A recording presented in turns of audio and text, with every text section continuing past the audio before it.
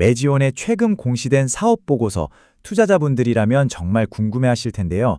오늘 이 보고서가 대체 뭘 의미하는지 하나하나 같이 뜯어보겠습니다. 자, 그래서 오늘 살펴볼 순서는요. 먼저 매지온이 도대체 어떤 신약을 개발하고 있는지 그 운명적인 스토리를 보고요. 그리고 가장 중요한 3분기 실적, 재무 상태, 현금 흐름까지 꼼꼼히 체크해 볼 겁니다. 마지막으로 이걸 바탕으로 한 투자 포인트, 그러니까 기회와 리스크는 뭔지, 그리고 최종 전망까지 쭉 훑어보겠습니다. 매지온이라는 회사를 제대로 알려면요. 다른 것보다 먼저 이 회사가 어떤 문제에 뛰어들었는지 그 시작점부터 알아봐야 합니다. 바로 폰탄 수술을 받은 환자들을 위한 치료제인데요. 이 폰탄 수술이라는 게 선천적으로 심장이 제 기능을 다 못하는 아이들의 생명을 구해주는 정말 중요한 수술이거든요. 하지만 이게 완벽한 해결책은 아니라는 데서 매지온의 스토리가 시작됩니다. 바로 이 그림을 보시면 이해가 쉬우실 거예요.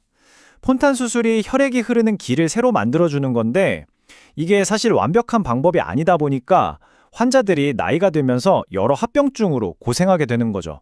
운동 능력도 떨어지고 다른 장기에도 무리가 가고요. 그래서 이 치료제 FDA 승인을 받기 위한 여정이 정말 험난했습니다. 2020년에 처음 신약 허가 신청을 냈는데 FDA가 추가 임상시험을 하라고 권고하면서 이걸 자진 철회했고요. 그리고 작년에 새로 퓨얼2라는 임상계획을 승인받아서 지금 한창 진행 중입니다. 정말 회사의 운명이 이 임상에 걸려있다고 봐도 되겠죠. 자, 그럼 이렇게 중요한 신약 개발에 모든 걸 걸고 있는 매지온. 과연 회사의 재무 상황은 어떨까요? 지금부터 3분기 실적을 낱낱이 파헤쳐보겠습니다. 일단 실적표를 보면요. 매출은 작년보다 좀 줄었습니다. 한 13.5% 정도요. 근데 더 눈에 띄는 건 손실 규모예요. 영업 손실도 늘었고 특히 순손실이 작년 같은 기간보다 무려 30% 넘게 확 커졌습니다. 아니, 손실이 이렇게 커졌다고? 그럼 당연히 이런 질문이 나오겠죠. 도대체 돈을 어디에 그렇게 많이 쓰고 있는 거야? 네, 그 답은 바로 여기에 있습니다. 올해 3분기까지만 해도 연구 개발비로 무려 135억 원을 썼습니다. 아까 말씀드렸던 그 중요한 임상시험 퓨엘2에 돈이 집중적으로 들어가고 있는 거죠. 자, 이렇게 연구 개발에 돈을 쏟아붓고 있고 손실도 커지고 있는데 투자자 입장에선 당연히 걱정이 되죠.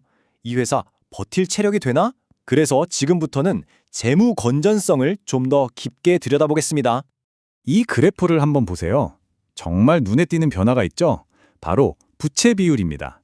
재작년, 작년까지만 해도 50, 60% 수준이었는데 올해 3분기에 갑자기 135%로 확 뛰었습니다. 왜 이렇게 늘었냐고요? 임상시험 자금 같은 운영비를 마련하려고 전환사채, 그러니까 나중에 주식으로 바꿀 수 있는 채권을 발행했기 때문입니다. 그런데 여기서 정말 흥미로운 점이 하나 있습니다. 재무제표를 보면 손실은 커졌다고 나오잖아요. 근데 실제로 회사가 사업하면서 쓴 현금, 그러니까 영업활동 현금 흐름을 보면 작년에는 171억 원이 빠져나갔는데 올해는 97억 원만 나갔어요. 오히려 현금 유출이 줄어든 거죠. 이건 회사가 자금 관리를 더 타이트하게 효율적으로 하고 있다는 꽤 긍정적인 신호로 볼 수 있습니다. 자, 지금까지 보면 리스크가 꽤 있어 보이죠? 손실도 크고 빚도 늘었고요. 그런데도 투자자들이 매지온에 주목하는 이유, 바로 이 리스크를 상쇄하고도 남을 엄청난 기회가 있기 때문입니다. 지금부터 그게 뭔지 살펴보겠습니다. 매지온이 개발하는 신약은 바로 희귀의약품입니다. 말 그대로 희귀병을 치료하는 약인데요. 이게 왜 중요하냐면 환자 수가 적기 때문에 개발에 성공하기만 하면 굉장히 높은 약값을 받을 수 있는 시장이거든요. 여기 보시면 2016년 기준으로 환자 한 명당 연간 비용이 14만 달러, 우리 돈으로 1억 원이 훌쩍 넘었죠.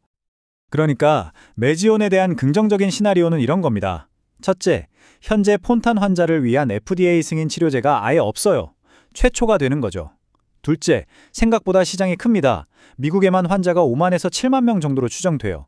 셋째, 당연히 가격을 높게 받을 수 있겠죠. 회사는 1인당 연간 6만에서 10만 달러 정도를 예상하고 있습니다. 마지막으로 신약 승인을 받으면 우선 심사권이라는 걸 받는데 이걸 다른 제약사에 수천억 원에 팔 수도 있습니다. 정말 대박이죠. 하지만 동전에는 양면이 있죠.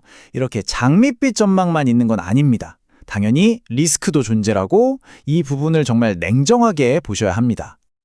핵심은 이겁니다. 이 모든 투자 스토리는 단 하나의 결과에 달려 있어요. 바로 FDA 승인을 받느냐, 못 받느냐. 그야말로 뭐 아니면 도인 거죠. 구체적인 리스크를 짚어보면요. 첫째, 지금 진행 중인 임상시험이 실패할 수 있습니다. 이게 가장 큰 리스크죠.